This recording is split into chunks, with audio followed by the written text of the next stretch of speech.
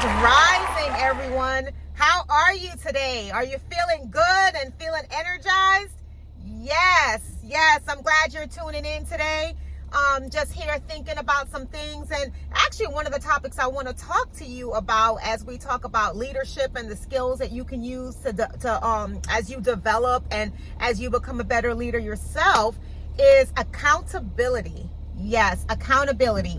Holding yourself accountable and holding your team accountable. That is something that has always been big for me. It really has. And even though it was important and it is one of the things that I hold valuable in leadership and in working and teamwork and all of that, every now and then you still need pointers, because one, I have to hold myself accountable to do a good job in all things, right? Even, working, taking care of the home, taking care of my family. There's certain things that I want to say, I'm not necessarily that I'm responsible for, but I'm the woman of the house. So there's certain things that naturally fall to me, even though we are a team effort. But in the workplace, one of the things with accountability is leaders and individuals tend to delegate jobs to people that they know will get the job done. And that is not necessarily a good thing, right? It's good for you to get the job done, but it may not be good for that individual at all times. Now, for me, every now and then, if I'm tasked with something or given a special project, I love it. So I'm not complaining about that. It is actually me as a person when I think about other individuals and how I might task something or how I might delegate something because it'll get done. So many years ago, I was a director of nursing in a nursing home, and 120 bed facility, had multiple staff members, CNAs, nurses, unit secretaries, all of that. And we had about 40 nurses and about 80 CNAs. And I sometimes we had some challenging residents. I won't say that we didn't. So some people were a little bit more difficult to take care of than others. Some people required like a 2-person lift. Some people just had more demanding needs as far as getting them up. Some people took more medications than others. Just that sort of thing. So some people naturally were more difficult, and then there were some people that were easier, right? It's just how life is. But in doing the assignments, we also experienced where we had some that were, for whatever reason, were not the easiest to take care of and not the easiest to get along with. And sometimes they made work difficult for the CNAs. I'll be honest and say that they really did. So there were certain residents that people did not want as their assignments, because it was just given you would have more challenges with that individual.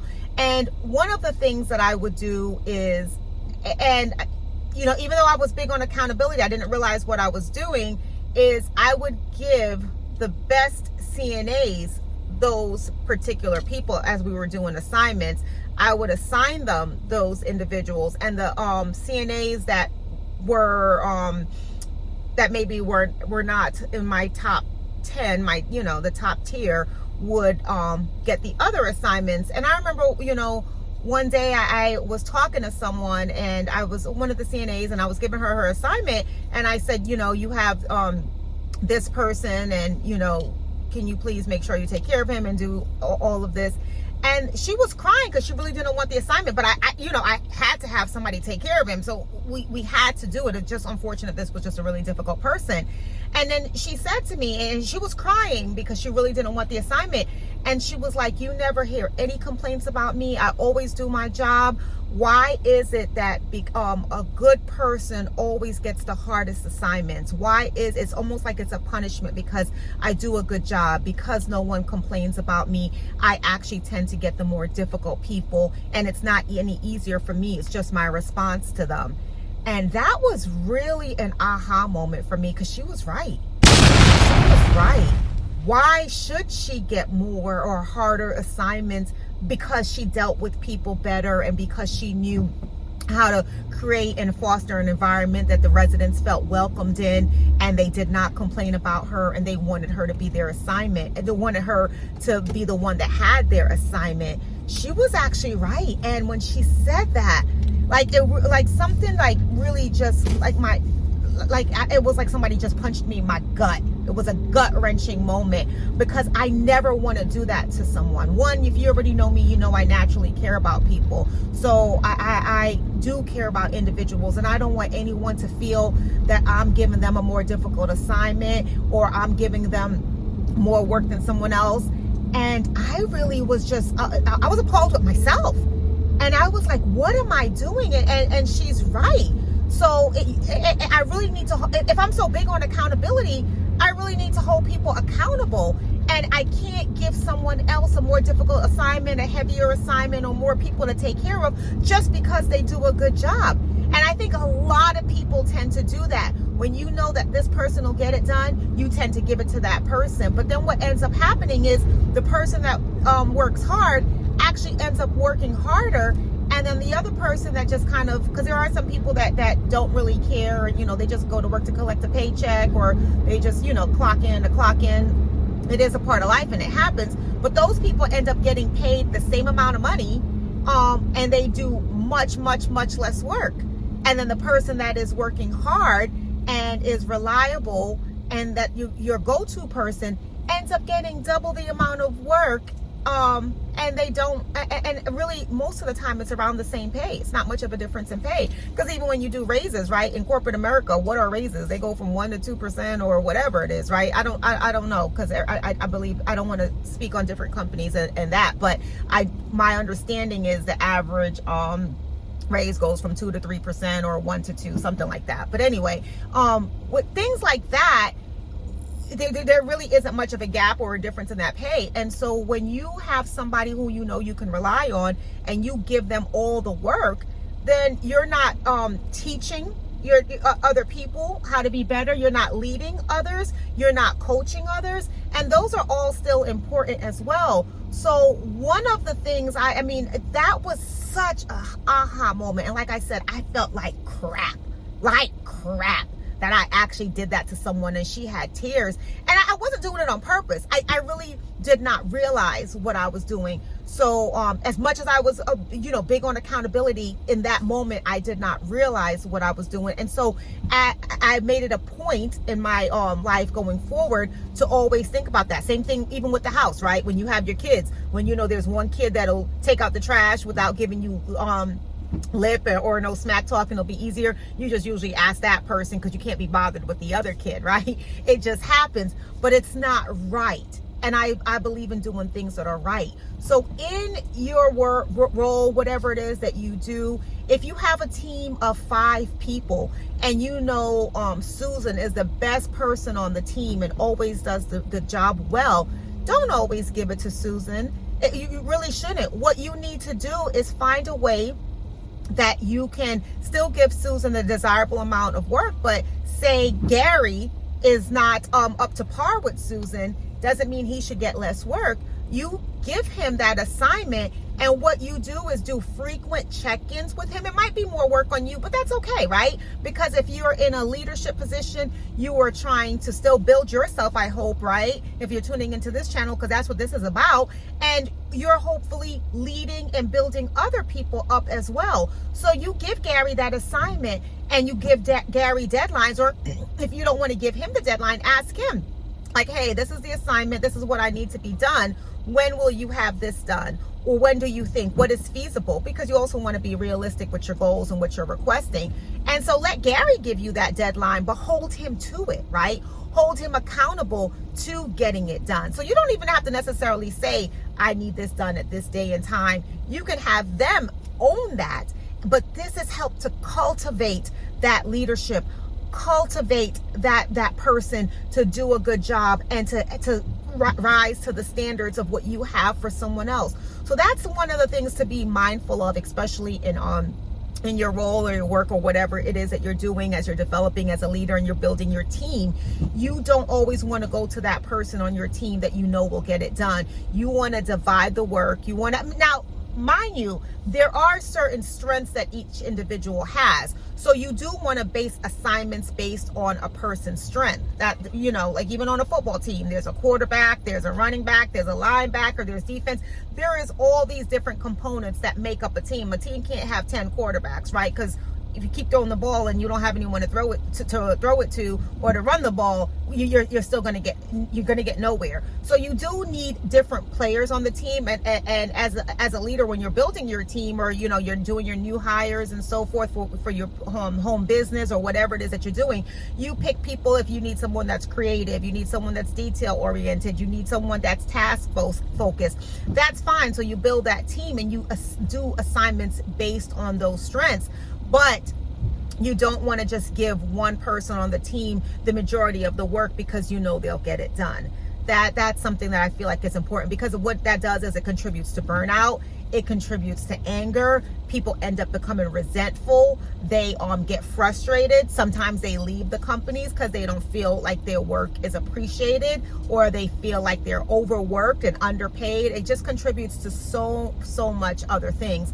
So be mindful of that with your team. Be mindful. Make sure that you're holding everyone accountable. You're holding everyone to the same standards. And if you have those high standards, which I believe you do, you want to hold everyone to that same level. And as you can do frequent check-ins with the people that may be underperformers. You can do because you can help them. Sometimes maybe some people don't know where to start, or they've never done it before. And I believe in this journey that we call life, that everyone is capable of learning, and we can all still learn things as we continue and as we work, and in whatever that we're doing. I learn every day. I learn how to be a better person, a better partner, a better friend. I learn. I believe you can absorb, and I'm like a sponge. I love to absorb things. So with your team, and as you're leading them along and you're building up that rapport with them, you can help instill some of that accountability and responsibility in those different individuals. So that is important. And that's one of the things that you need to remember, and you need to practice, and you need to make a part of your everyday routine. When you have a team of 10, don't give everything to Sally, because Sally's going to get it done. Make sure Roger's on that team. You give some to Roger too. Don't give it to Tom, because everything is going to get done. You share that. You give it to Stanley. You give it to Martha. Whoever it is that's on your team. You make sure that it is divided based on skill, right? Divided based on skill. So it needs to be appropriate. And depending on what projects you have at the moment, certain skills might be working more than others. You might need more for them, especially like if you have a creative team and maybe you're designing like a campaign ad. The person that's the creative side, the media side, may have to put in more hours than another person, because you're trying to use all their collective creativity skills and all of that. So that's okay. And that happens. That can happen at that moment. But you just don't want that to be the norm. You don't want that to be constant, that all you are doing is using the person that will get the assignment done, and not using other people that are there still collecting a paycheck. So just be very, very mindful of that when you are doing assignments, when you are working on certain projects or anything, on initiatives that you're working on. Look around and see, did I divvy this up appropriately? Did I do this properly? Is such and such in charge of what they're supposed to be? And did I give this person too much and this person not enough? Just be mindful of that, because again, you don't want to promote or encourage burnout. You don't want to be a part of that. And you want your team to value and respect you. And you want to hold individuals accountable. Accountability is key. And I really, really believe in that. And if someone is not, fulfilling their end of the deal or their end, talk to them about it. They may not be aware. Talk to them. Let them know, because people don't need to know at the end as you're going through, and especially if you're having frequent check-ins with them, then they should be, in that moment, they should be aware of whatever it is that they're not doing or doing well. And in those check-ins, you can have that conversation with them, and you can let them know that this is what you need to work on. This is what you need to improve. Let's work on this together. And again, if you have to increase those check-ins, you do. They don't have to be long, 10, 15 minutes. That's all you really need. And work through it with them. So again, as you're building your team, as you're working on leadership, and you think about your own skills and so forth, one of the keys to being a successful leader and having a successful team is holding that team accountable. And in doing so, you are delegating and divvying up the work appropriately, and you are making sure that you don't just load one person with all of the responsibilities, because that's your go-to person and that's someone that you can rely on. So that's an important part of leadership, and just wanted to put that out there. It's something I think about all the time. It's something I see frequently. People just give it to, you know, the person they know will get the job done, but it's not right. It really isn't right. You really need to build the skills of other individuals, because they may want to, they just don't know how to, and help them get started and help them move along as well. Okay, so hopefully you found this useful. Let me know what your thoughts are. How do you feel about that accountability? Are you one of the people that sometimes your boss gives you 20 things to do because they know you'll get it done? And how does that make you feel? And how do you get out of it? Or do you just absorb it and take it on because you like to? Some people don't mind that. So if you have someone that wants more, that's fine. You can give them more if they want to take on more and absorb more. You have some people that volunteer on your team, that's fine. But just you as a leader, as a person, be mindful of what you're doing and how you are delegating things. Be mindful of that, okay?